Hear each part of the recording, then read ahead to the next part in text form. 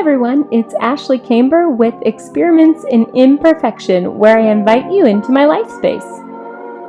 Today I'll show you 4 cheap Halloween DIY decor projects. Okay, you want one? I just picked up the wire in the hardware section of Dollar Tree. It kind of inspired me to make this look. Is that in the video now? It is.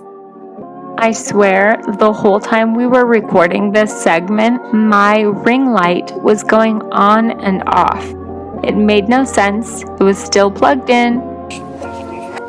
Nobody was bumping it. It would just come on and then mysteriously go off.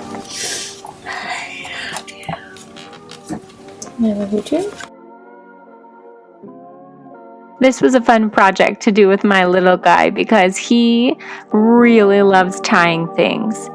It's basically his favorite thing to do in life, just tie things, that's all. So it's pretty simple to find something that he will enjoy.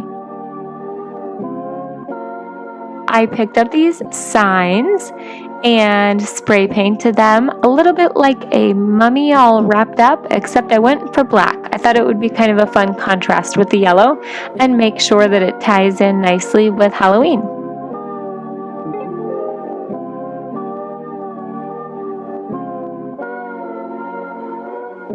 Now, as you may know, with this type of wood, it's sort of a composite wood, and it is not easy to paint the sides very well. So you'll see, even though it looks like it's okay, it instantly starts soaking in, and even when the project dries overnight, you still end up looking like you need to touch up those sides. What I learned when spray painting is that I liked the matte black finish better than using a satin. That may be something that you've discovered as well. It seems as though a lot of high-end looks these days are really more of a matte finish.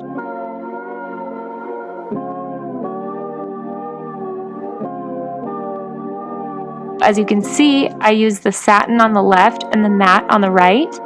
And I went ahead and I went back over my boy's sign so that he would have the matte finish as well. Then I went in with a couple of different black markers, just getting a sense for which one would fit the best and provide the most saturation. I used an Expo and a Sharpie, but in the end, I think it works. It's a little bit rustic looking and my style is more modern, but when it's hung up, you don't really notice.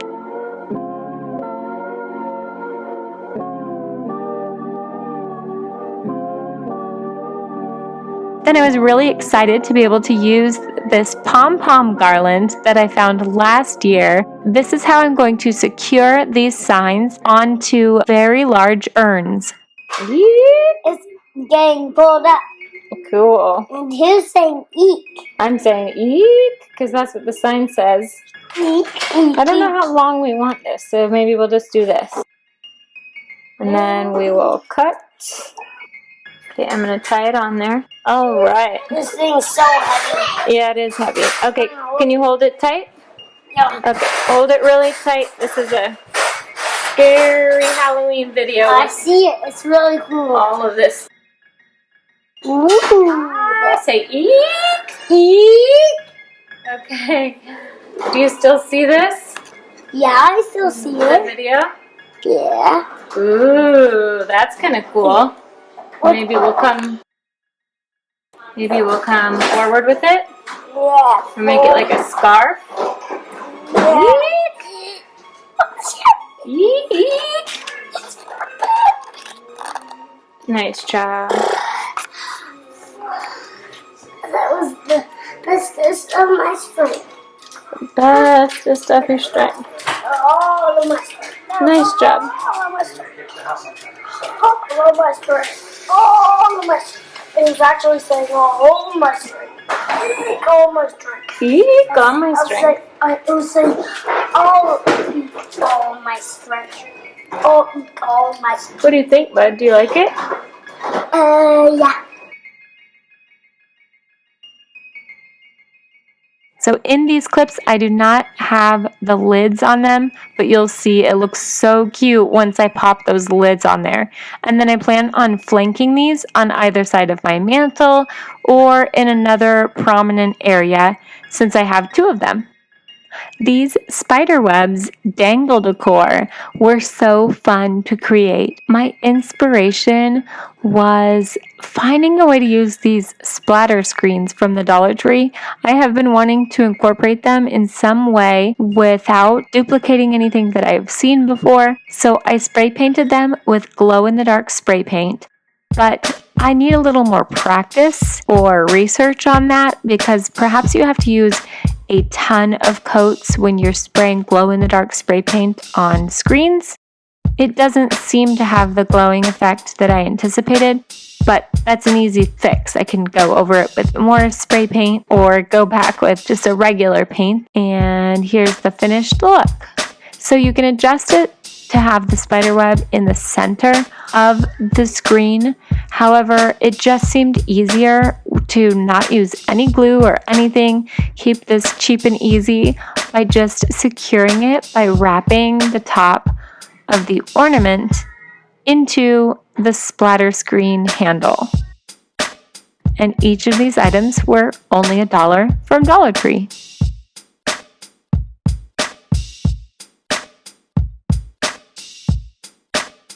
Then I took some washers we already had on hand. I also got these metal hair beads from the Dollar Tree, and I thought they would be a nice little finishing touch on this monofilament line that I was using. So I strung them up with the washer on one end, and then you can see that I had secured it over top of the curtain rod we installed earlier this year. And then here is the look. Now, if you don't love the look of the washer placed there in the splatter screen handle, you can of course adjust that, but it didn't bother me for now. Coming out. It's coming out? Yeah, and Betsy spider running out there like a mouse. Can you tell me what song you know about the Itsy Bitsy Spider? Betsy, that went up the right about up here. If you keep watching, you'll see in the outtakes, I might have had my oldest boy and my husband try a few attempts of throwing them up Over their head. Have you gotten into the hydro dipping technique? This is very fascinating, and I know it is not a new thing, but it has become trendy in recent years. So these hydro dipped potion bottles were something that I got really excited about because I wanted to have a little row of potions for Halloween. So instead of just slapping a label on them or a sticker or something like that, I thought first I will try hydro dipping with any leftover spray paint from all of the projects that I was working on right then, and this included blue, orange, black, white. Okay, before I dipped this, after the black paint had dried for a little while, and so it does have a skin on it if you wait too long, but let's go ahead again with the skin and see what happens. I dipped this in this paint and look at the effect it has. Is that cool? And then in part 2 of this video, you will see when I've actually applied the labels that I'll create with my Cricut Explorer Air 2. Can you guess where I got this glass bottle? It's the perfect shape, and I figured of all bins to have paint stuck to, why not use one of these? Back with the glow-in-the-dark spray paint, I'm over here spraying the outside of this frog that I got years ago. This garden frog was, some shade of green initially. He has an owie because we took his eyes out. That's funny. This year, I spruced it up with that lime green again, went over it with the glow-in-the-dark spray paint, popped those eyeballs back in there. Put in the eyes back. Yep. And then I added a solar light back into his belly. The prior one was kaput.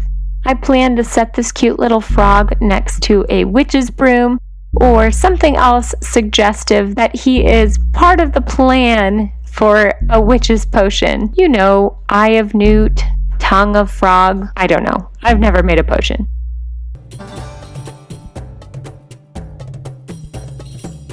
I was like, just fling it up there. You'll see. We'll see if it works.